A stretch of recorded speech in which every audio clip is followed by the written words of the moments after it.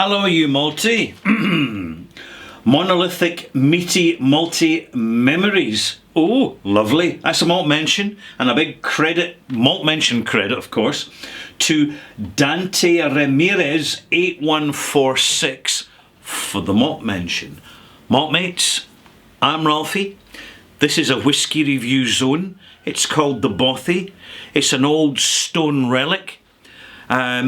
Just like myself, but I'm not made of stone completely. Somewhere in the middle of the Irish Sea. And it's called the Bothy. And here in the Bothy, I smell, sip, savour and assess good quality spirits, because when I'm drinking alcohol, I find that drinking spirits neat with some water, right? Need some water, is the kindest way to not take in too many calories, and importantly, to get the best delivery of smell and taste that alcohol can deliver.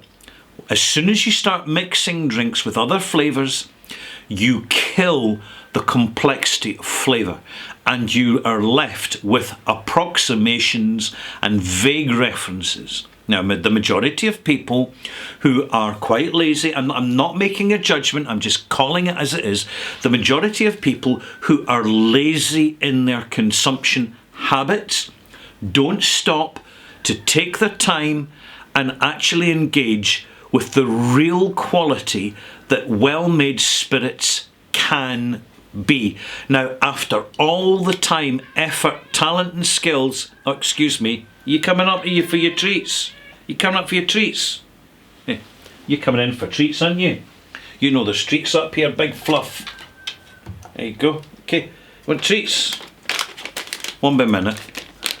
Treats. I've got your tasty treats pocket pillows in a pink bag here. Oh, you go, look at that, yeah. Oh, nicey. The reason I'm bribing you, Billy, is because the viewers love to see you, because they know that you're one of the Bothy cats. Yeah, they do. You're not getting many, because we can't hold up production of this video. It's just the way it is, mate. You've had your treat now. Yeah. Uh-huh. Okay, doke. What happens next? He just leaves. What I enjoy about cats, particularly intelligent cats, is the remarkable honesty and selfishness. It is what it is. By the way, did you notice something there when I pulled the cork out of the bottle? It's actually quite soft. And the reason is that the cork on this batch does not quite fit the bottle top. Usually it's a broader one, but I think they've run out. They're making do. It's perfectly functional, don't get me wrong. But anyway, it doesn't impact on any way on the quality and the originality, the authenticity and the sheer savourability of Deanston 12-year-old. Let's start at the beginning. 46.3% says it on the label. Non-chill filtered and new, aged in ex-bourbon casks for 12 years. So this is not a finished whiskey. It's been aged in the same kind of casks for 12 years. Again, we're getting disclosure here. What else can we say? What else are we getting in terms of information? Quick grab of the Steampunker, although it does need a clean. In fact, I should give the thing an actual wash. Built on the River Teith, driven by water-powered energy production. We have combined the very best ingredients from our local area, blah, blah, blah, blah, blah, embodies our community spirit. Wonderful. I'm looking for the point where it says it's natural colour. I'll have a wee look on the back of the label first before I go to the container. It should say that. It seems simple, but it matters.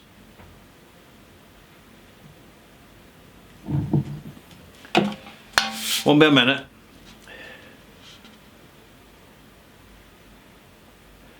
Right, so here we go. Here we go. Now, it does state the ingredients though being water, malted barley and yeast. That's interesting.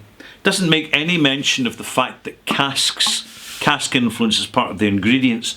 But I'm gonna leave it. It's saying it's unfiltered. It is not saying it's natural colour. However, at this point, we'll have a look at that. Right? Does that look natural colour? It doesn't to me, right? But we're going to work with it, and I'll tell you why. Because when caramel colourant E150A is added to a whisky, they can add a little or they can add a lot. If they add a little, it is far less noticeable and impactful than when they add an awful lot, and then you end up with the Black Dew, or the black whiskey Manachmore, which is absolutely vile because it's just totally caramel loaded. It's one of these things that, frankly, if I was in charge of whiskey, I would ban the use of E150A prior to bottling. Now notice I'm not saying that you can't use E150A in small quantities to prime a cask before you put new make spirit in it. No, I'm not saying that. Because see, when you have caramel in the cask at the beginning of maturation to colour it, it actually gets assimilated more successfully than when it's added all at once at the end of maturation just prior to bottling. And you don't hear anything about this. And see, when you look at your nice sherry matured whiskey with its dark colour, remember that in bodegas, when they are maturing Spanish sherry, they can introduce variants, right? I'm going to be careful what I say here. Permutations and variations and variants of dark colours. Now, it could be from tannin woods, it could be from wood chips. The options are there. And I'm not judging it. What really matters is the calibre of the end result, which is actually why I'm reviewing this for you. Now, during my conversation, this whisky has had time to open up slightly. And just before I go any further, I'm going to give you a little bit more background information before I nose it and taste it and then add some water. I last reviewed the 12-year-old Deanston, which I regard as an integrity whisky despite the vagueness over whether there's caramel colourant in it, in Ralphie Review 865 back in February 2021, so that's at least 2 years ago, over 2 years ago. The last Deanston I reviewed was the excellent 18-year-old in review 932 in June 2022. And I've already reviewed Deanston twice, and the reason I'm reviewing it again for you now, at this particular time of year, in Ralphie Review 1004, right? Because this is Ralphie Review 1004, is that if you're in a position where you're buying a bottle of single malt whisky for someone who drinks single malt whisky, and you're on a budget and you genuinely want to impress them, right? And you know that they like a whole range of whiskies. You know they like the peaty, the non-peaty, the fruity, the fresh, the light, the heavy, the sherry bombs, the Madeira bombs, whatever bombs. This is difficult for us because it's tempting to walk into a supermarket and you see what's discounted, and if you buy that as a present for your whisky friend, they will accept it with grace and dignity, but inside they'll be laughing at you because you've just basically bought them a bottle of failure, brand failure. I mean, it's not just an opinion, this is a fact. This is a luxury product which is getting discounted cheaper than some blended Scotch, and it's a single malt. Seriously, who even makes these sort of decisions anywhere? It's just crazy. Whereas, if they're really into single malt, you go online, and for the price, particularly in the UK, of between £42 and £45, you can pick this up. Any whisky drinker will immediately recognise this brand if they know their stuff and say, wow, what a thoughtful, intelligent, well-delivered present. It's that time of year, malt mates. What have we got in the nose? Unpeated. Slightly syrupy on the nose. Slightly sweet on the nose. This is a Highland distillery. It's in the town of, just outside the town of Doon, on the river Teith. Sorry, I was going to say train. Teith, the river Teith, as I mentioned briefly before. It's a converted cotton mill, an old building, very industrial, perfect for a distillery. It has a working water wheel which generates power for the distillery, so it's environmentally sensitive, and I think that's a really good thing.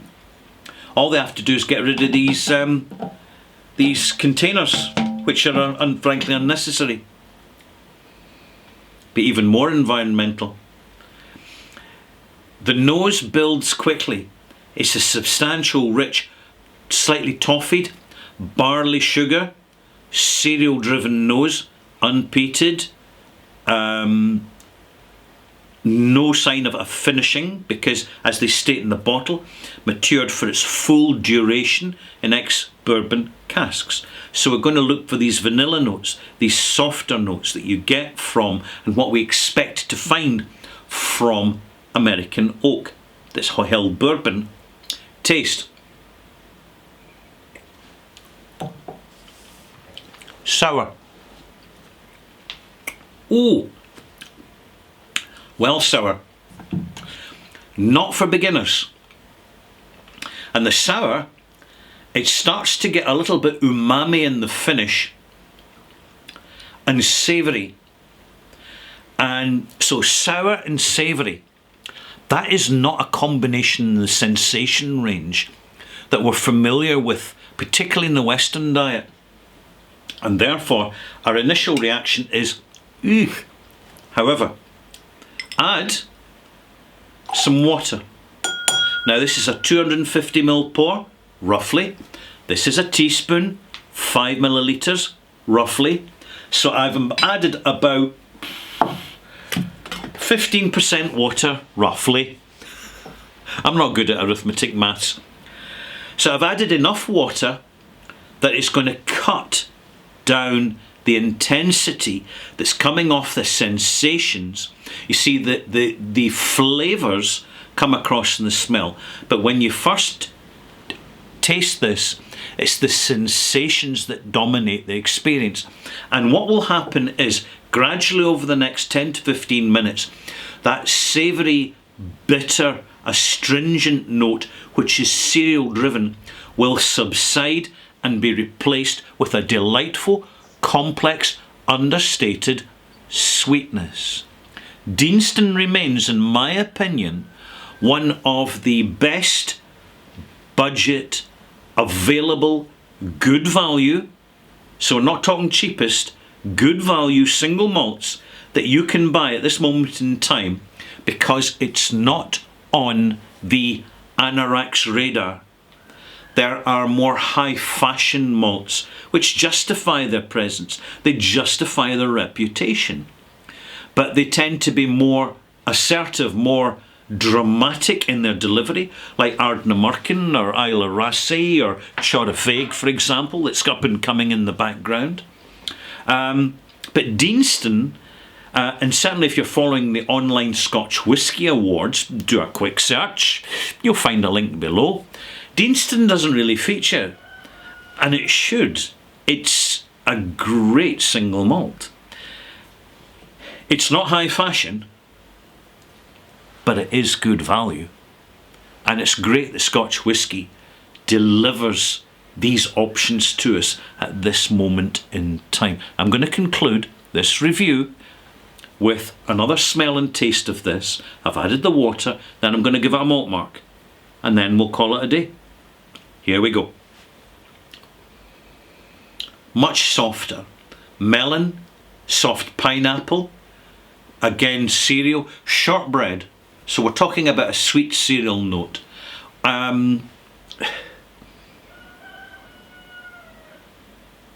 There's a citrus aspect. It's almost a blend of lemon and grapefruit oil, citrus note on the nose. Adding the water's actually made the nose more intense and dramatic. And on the taste, just a little now, just a little, immediately. Rich, sweeter, sweet and savoury, beautifully bonded in what's called grain rich. This is a perfect example of a barley grain rich delivery of signature from a single malt whisky distillery. It is a great session dram, a really good, available, affordable experience. If, as I mentioned earlier, if you're buying a present for someone else and you're on a budget, you could save yourself money by going for something that's just over-branded sitting on a supermarket shelf. But it's a false economy, because the price of an item is in its value, the true value, not the convenience value. And there's some single malts out there, they are utterly forgettable, not because they're bad distilleries. It's just really bad presentations, and it shows, and it's a shame.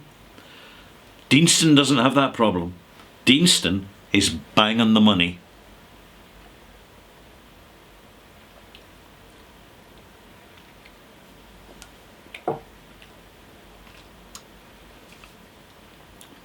Within the citrus, there's some herbaceous notes, sage, rosemary, a little bit of thyme, the aromatic herbs.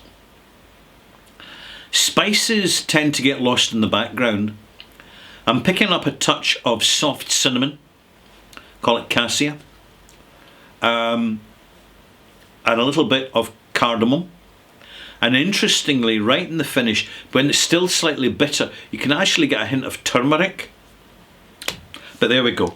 I don't want to overanalyze, because it's all very well telling you my experience, but what really matters is, of course, your experience. So let's give this little banger of a malt mark. And it's a decent one. I'd have given it an extra mark if it had said natural colour. This is 83 out of 100. It's a malt mark. To be honest, these days I don't think you even need to show the malt mark thingies. I'm just going to have another quick glance over this. Does it say natural colour? No, I can't see it. But there again, I'm a bit kind of wonky as an individual. There we go. Yep. We'll leave it at that. It's been lovely sharing your company for a malt moment, malt mates. Thank you very much for joining me here in the Bothy. If you come back along shortly, I will be presenting Ralphie Review 1004 Extras, in which I will be talking specifically about Glasgow's Whisky Festival, which happened recently, and I was their invited guest for the day. And I just want to give you a kind of riffing feedback on the highlights of Glasgow's Whisky Festival, and in doing so, just advise you what to look out for at a whisky festival near you. In the meantime, if you like this, like it. If you want to leave a comment, leave a comment. If you want to subscribe, please do subscribe. And I also have a Patreon channel. And one last thing, seeing it's the time of year for it. Wait a minute. I do have books for sale on Amazon.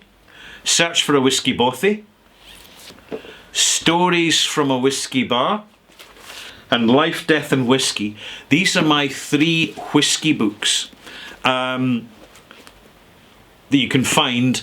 They're not designed to tell you about stills and fancy information details about the history of distilleries, as interesting as these are. These books are storybooks. They talk about my journey, they talk about other people's journeys in the short story book, and they talk about my connection to whisky through my job being an undertaker for over 20 years in Glasgow. Looking back, I can see I've enjoyed a very, very rich life so far, from very, very modest beginnings, and it's never been about the money. It's, to be honest, been about the people and the places, and of course the malt moments. And it's amazing how little you need in life to actually have a rich and full life. There we go. Leave that there. Where's my clicker? Here it is. See you soon.